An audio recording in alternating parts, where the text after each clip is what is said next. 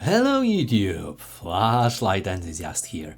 Rarely do I talk about Olight, but I have to admit that this one is actually in my EDC rotation. This is the modified Warrior 3S with XHP 50.3 high intensity 4500 K96 CRI instead of the stock SFT40 for really nice rosy beam. Still provide a good amount of lumens and throw. While this is a huge 21700 cell flashlight, Olight has also 18650 and recently also a 18350 batteries version of Warriors. This one is the Mini 2, which I also modified because from the factory the beam was really unpleasant. However, the SST40 that I put here in neutral white does not improve the quality much, unfortunately. But there is this Warrior Mini 3 that I purchased 2 months ago, and by far this one is not put into any modification because for me this Olight Warrior Mini 3 is actually an acceptable stock Olight, and I'm here to tell you why. So Olight's marketing has always been a leadership in the industry. You can see on the website that it is clearly projected as an EDC/tactical flashlight with robust design, smaller than the previous generation, ultra long runtime, etc, etc. Basically classic Olight narration, okay? So as you can see, we've got 3 different variants. I've got the blue one, and let's see how all this marketing information actually translates into the real life. Of course, as we might expect from Olight, it comes in this premium lovely box with 1:1 Warrior 3 in scale actually, as you can see, so that you can have an idea how big the flashlight is. There are some specs at the back, as you can see. Of course, I bought this one from my own money because, let's face it, Olight will not give away the flashlight to such a small channel when I have to criticize their constructions, right? Inside this lovely box, you will find a bunch of accessories. Some information about the safety during the transportation, quite vast safety warnings, a multi-language user manual, some bidirectional pocket clip that I dismantled from the flashlight for obvious purposes. This one will not be so easy. Yeah, I did it. So there is this controversy between the Olight magnetic charging, proprietary batteries, proprietary cables, etc. But actually it is quite convenient. There is this from 1 amps to 2 amps charging via the USB. Last but not least, it is quite weird for the EDC side, but they actually include the wall mount for this Olight Warrior Mini 3, which is kind of nice. As stated on the yellow label, this Olight comes with the insulator inside the battery compartment, so before you operate it, please remove it. Well, one thing is certain, this flashlight is absolutely gorgeous when it comes to design, finish, but also anodization color. Well, on the camera it looks even more shiny than it is in reality. However, I really dig this color and those, you know, this design that it transfers from this dark grayish blackish to the premium looking blue one is actually quite amazing. It was the first argument while I bought this flash, and I think for many people Olight is actually selling flashlights through the eyes because of the design and colors. Look how many different variants they have on their website. Wow. But for flashlight enthusiasts, really, this flashlight means good quality, excellent build and finish, but also some unique designs that you will not find in many manufacturers. For instance, a unique dual stage magnetic charging port that is actually also a button, a tactical one that is way more durable than a rubber one. So for me personally, this solution is quite innovative. This knurling is way too aggressive for my pockets, however the grip on this one, even when wet, is just superb. Looking at the bidirectional pocket clip, you can clearly tell it is of high quality with some linear attachment, matte finish and solid attachment to the flashlight body. But let's face it, even Olight scratches. The black side button is made out of plastic as opposed to rubber in previous generation, and gives you this nice pronounced click with battery indicator underneath, obviously. Stainless steel bezel can be of service in hand combat and window braking. However, make sure that you understand that on a TIR optics there's no lens here, no glass that will protect the precious optics from scratches or breaking. On the other hand, scratches on this lens do not affect the beam pattern, so why bother? The reason why I kept the stock version is that it uses the well-known and loved SFT40 emitter without any tint shift, so that the beam has no greenish tint and is quite pleasant even when coolish white. The beam has well-defined hotspot and nice bright spill, however I could detect some rings around the hotspot that denied Olight the title of perfectionist. Last but not least, I also need to mention the new switch design. In the previous generation it consisted with the outer ring and the actual switch that pushed inside this construction. That led to some short circuit being possible and some really unpleasant surprises in the past. However, I believe Olight fixed that. Now the switch is an integral part of the design, and it features two contacts instead of one being on the outer ring, so that the all contact pushes actually inside the flashlight. That also means that we have a stable tail standing ability as well as a strong magnet that holds the flashlight while not being charged. Speaking of charging, for general user there is no more convenient way to charge it than simply snap it at the top of the flashlight. Red means charging, green means almost fully charged, because Olight actually stands that above 90% charge it will already turn green, so it does not mean 100% charge, but anyway the flashlight is ready to use. The problem most enthusiasts will have is actually hidden inside the Olight flashlight. Bear in mind that because of the external charging, the threads are not entirely lubricated, and thus I would say I would need to add more lube here. The contacts look really clean and premium, I have no doubt in that.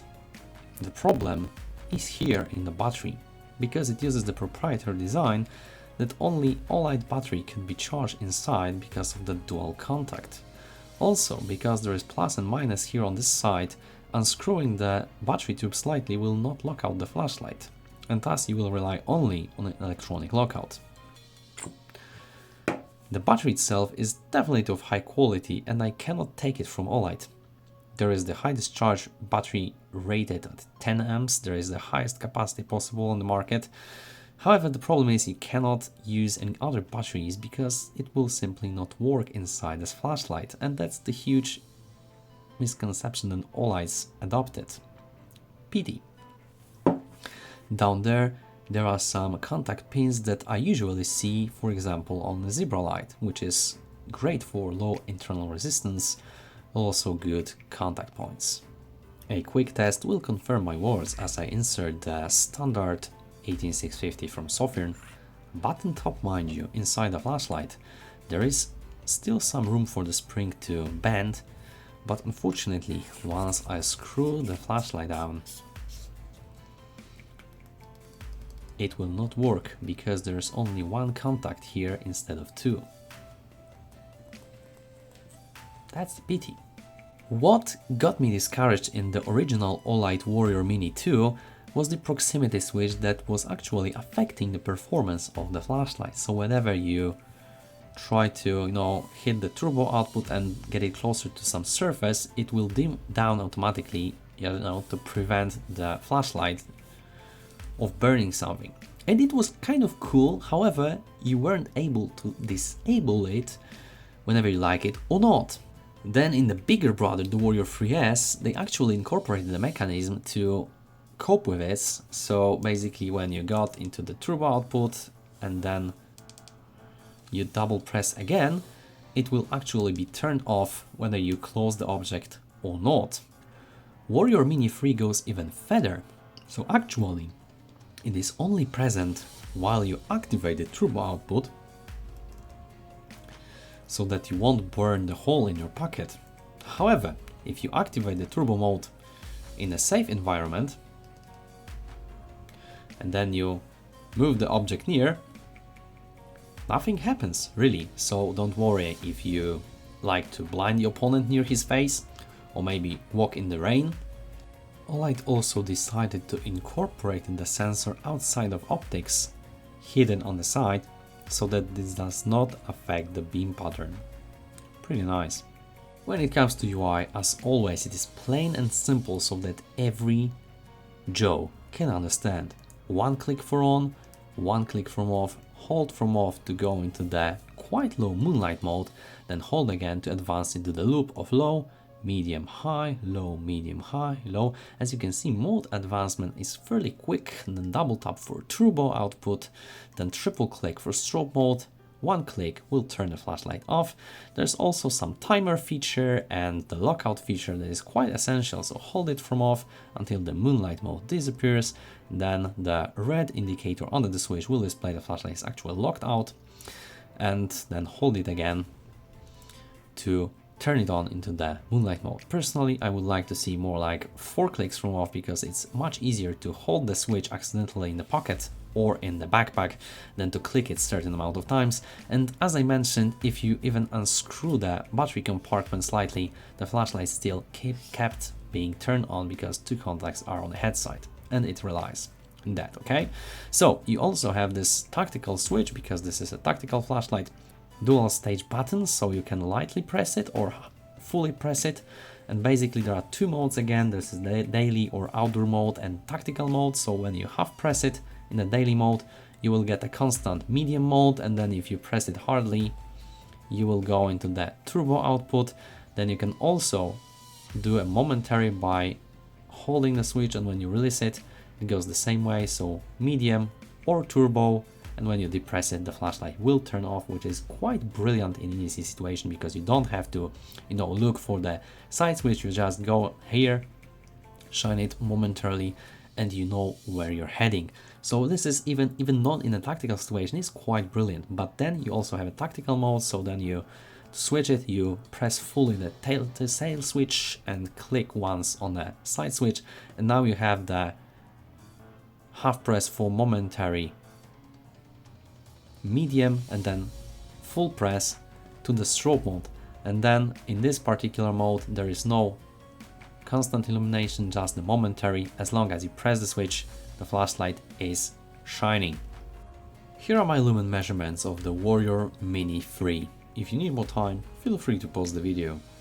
The runtime graphs are looking quite good actually. You see, we've got around 1550 lumens in start, and as you can see, after precisely 1 minute and 1 second, we still have over 1357 lumens before a slow, steady step down over the course of over 60 seconds to around 411 lumen level, after flashlight body tuning around 50 degrees Celsius, mind you.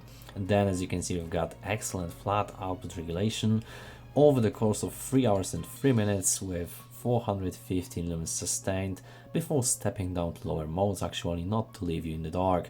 The flashlight body is stabilized at 48 degrees Celsius, mind you, so definitely quite warm but not too hot. And when it comes to high mode, we've got around 445 lumens in start and 431 lumens sustained with overall runtime of 3 hours and 5 minutes. Just as specified by Olight, so flashlight body stabilized at 40 degrees Celsius, so even for normies this is definitely not too hot. Looking quite good actually.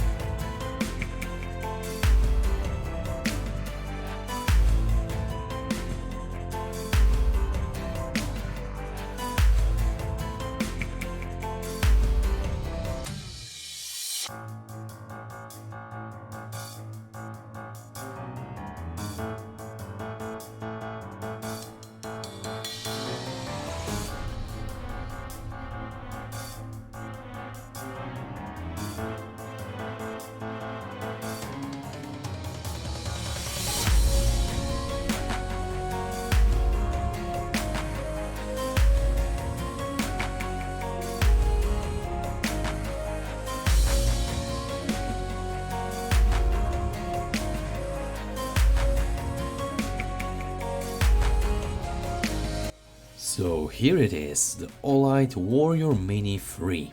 Definitely a great looking flashlight with excellent build quality and lots of innovative features. Even enthusiasts will be surprised by how much can it throw from a single 18650 small flashlight form factor. Is it worth the money that Olight asked for? Probably yes. Is it a good idea for enthusiasts to purchase it? Well, probably not. But apart from proprietary battery design and magnetic charging, I think it's still quite good flashlight. Well, maybe this mechanical lockout thing is also a main issue. But I can definitely recommend this flashlight to anyone who is looking for simple, well-built Olight. And for other enthusiasts, well, maybe look somewhere else when you can swap the emitters easily, or maybe just choose them from the factory by default, and where you can use and charge your own batteries without any issue. With that being said, I highly encourage you to leave the comment with your own experience or maybe a comment about this particular Olight Warrior Mini 3. What do you think about it? Hit the like button, hit the subscribe button to support the algorithm of this channel and this video and not to miss any future videos they are released. Again, guys, thank you so much for watching and for your support, and we will see you in the next one.